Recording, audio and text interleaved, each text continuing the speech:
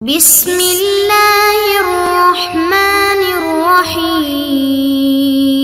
السلام علیکم معزز طلبہ کرام، آپ سب کیسے ہیں؟ آج ہم نور الانوار کے سبق نمبر 350 کو پڑھیں گے۔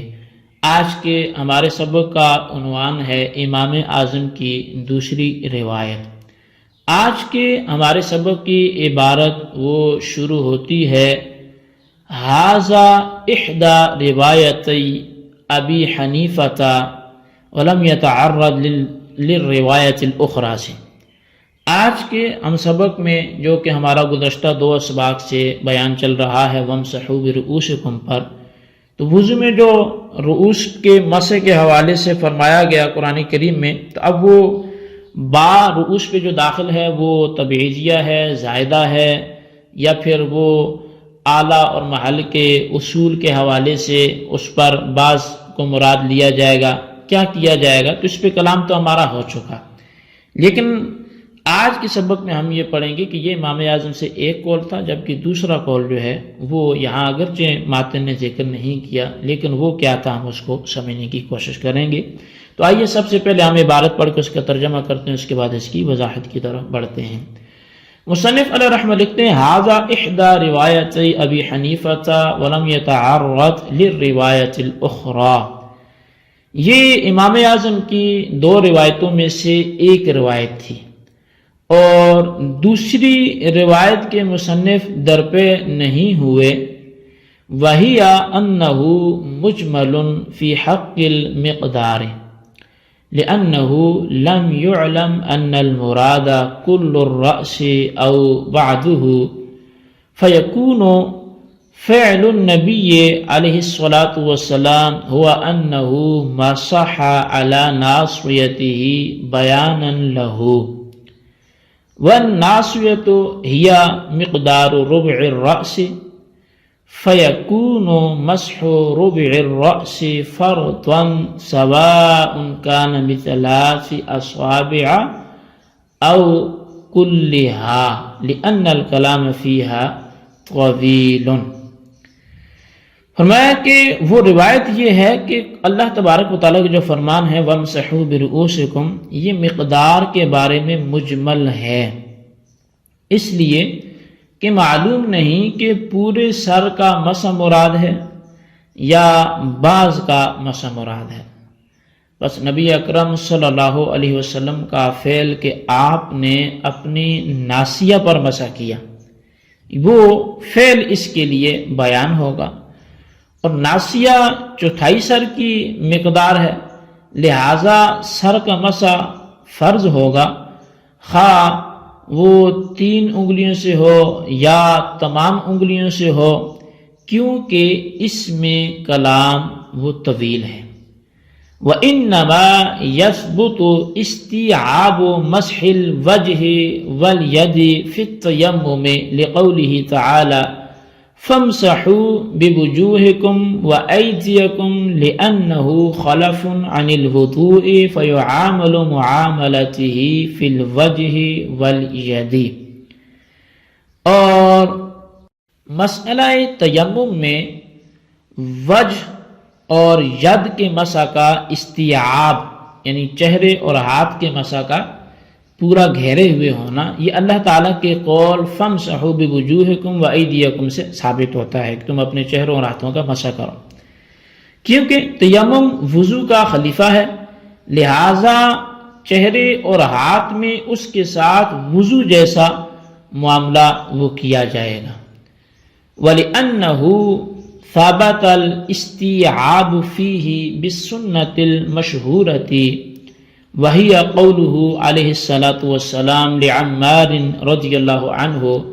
يَكْفِيكَ ضَرْبَتَانِ ضَرْبَةٌ لِلْوَجْهِ وَضَرْبَةٌ لِلذِّرَاعَيْنِ وَالزِّيَادَةُ بِمِثْلِهِ جَائِزٌ۔ اور اس لیے بھی کہ اس بارے میں استیعاب جو ہے وہ حدیث مشہور سے ثابت ہے، اور وہ یہ ہے کہ نبی اکرم صلی اللہ علیہ وسلم نے حضرت عمار رضی اللہ تعالیٰ عنہ سے فرمایا تھا تجھ کو تیمم کے لیے 2 ضرب کافی ہیں، ایک چہرے کے لیے اور ایک ذراعین کے لیے۔ اور اس قسم کی حدیث مشہور سے چونکہ کتاب اللہ پر زیادتی بھی کرنا جائز ہے تو لہذا یہ بھی حجت ہوگا۔ جی طلبہ کرام، یہ تھی ہمارے آج کے سبق کی عبارت اور اس کا ترجمہ۔ آئیے اب آج کے سبق کی جو وضاحت ہے ہم اس کی طرف بڑھتے ہیں۔ مصنف علیہ رحمہ فرماتے ہیں کہ تبعیض کے سلسلے میں جو بھی بات کی گئی یہ امام اعظم امام ابو حنیفہ رحمۃ اللہ تعالی علیہ کی دو روایتوں میں سے ایک روایت ہے۔ دوسری روایت کو مصنف نے ذکر نہیں کیا، البتہ وہ یہ ہے کہ اللہ تبارک و تعالیٰ کا قول وَامْسَحُوا بِرُؤُوسِكُمْ یہ مقدار کے معاملے میں مجمل ہے، اس میں اجمال ہے، تفصیل نہیں ہے، اس لیے کہ وَامْسَحُوا کے مفعول یعنی الایدیہ کو مقدر ماننا خلاف اصل ہے، لہذا فعل یعنی وَامْسَحُوا کو لازم کے مرتبے میں اتار لیا جائے گا، اور معنی یہ ہوں گے کہ اوجدوا مسح الرأس یعنی مسح رأس کو موجود کرو۔ اب معلوم نہیں کہ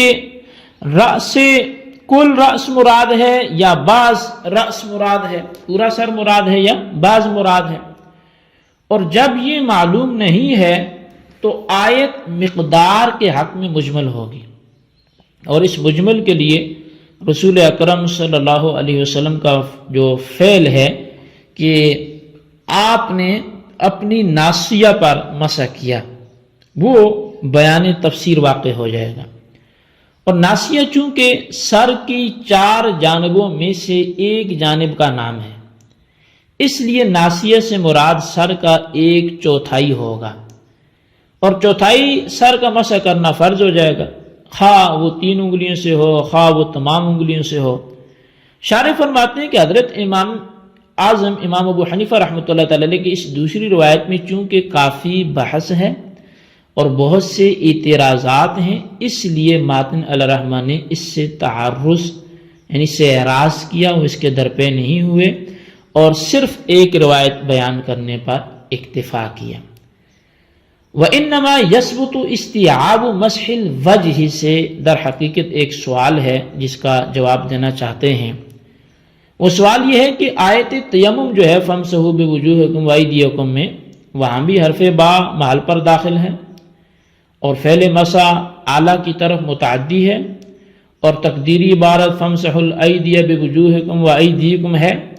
لہٰذا تمہارے سابقہ اصول کے مطابق، سابقہ بیان کردہ قاعدے کے مطابق جو کہ ہم نے گزشتہ سبق میں پڑھا ہے اس سے پچھلے میں، تو اس اصول اور قاعدے کے مطابق تیمم میں بھی وجہ اور ید کے مسح کا استیعاب نہیں ہونا چاہیے، یعنی چہرے اور سر کے مسح کا استیعاب، ہاتھ اور